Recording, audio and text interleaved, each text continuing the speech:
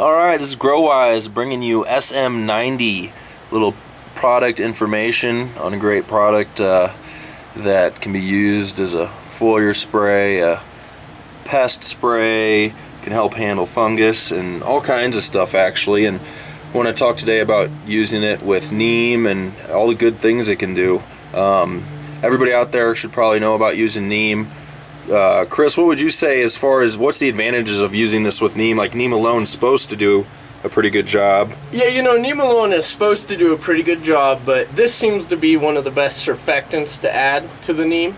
And another thing that it has on there is that when you go and you look at it, you'll see the 1% coriander oil. Well, coriander oil kills insects on its own. I'm not sure, and SM90 doesn't seem to be enough just on its own. It seems to be really well paired with neem as far as effect and really getting rid of the bugs. Then the next item you see down there is the sulfonated canola oil, and that's like a lot of the traditional oil treatments that just smother bugs. And also the sulfur is going to help fight mold. Then when you get down to the triethanolamine, that's like the actual surfactant in there, and that's what's going to kind of dry out the bugs but also create the barrier between the leaf, get the water wetter, and just get the product like neem or whatever else you're spraying spread better and more evenly across the leaves. Nice. What rate do you use this with neem? You actually have to use this at a really high amount. They recommend 1 to 10. I've found that about, you know, half of that, 1 to 5, or yeah. Like, how much per quart would you use? I would use 90 milliliters per quart. I remember reading somewhere on the internet that this was the minimum amount to really get a kill on its own. Eggs too, or just will it kill like mite eggs at that rate? I think, and you know, you can't be positive, but I think the only way that neem actually affects the mite eggs and the rest of the eggs is when it's mixed with SM90.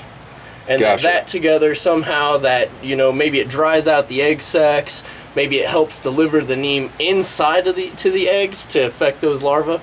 But I've found that the only time that you get really effective use, not the only time, but when you get really effective use with neem is when you mix it with warm water and SM90 at a pretty high amount, 90 milliliters per quart, 360 milliliters per gallon. Yeah, at first that 90 mils per quart seemed like a lot to me, but I mean, this stuff smells awesome. Yeah. Actually, it's a great, and then that's your wetting agent too. Neem calls for a wetting agent anyway.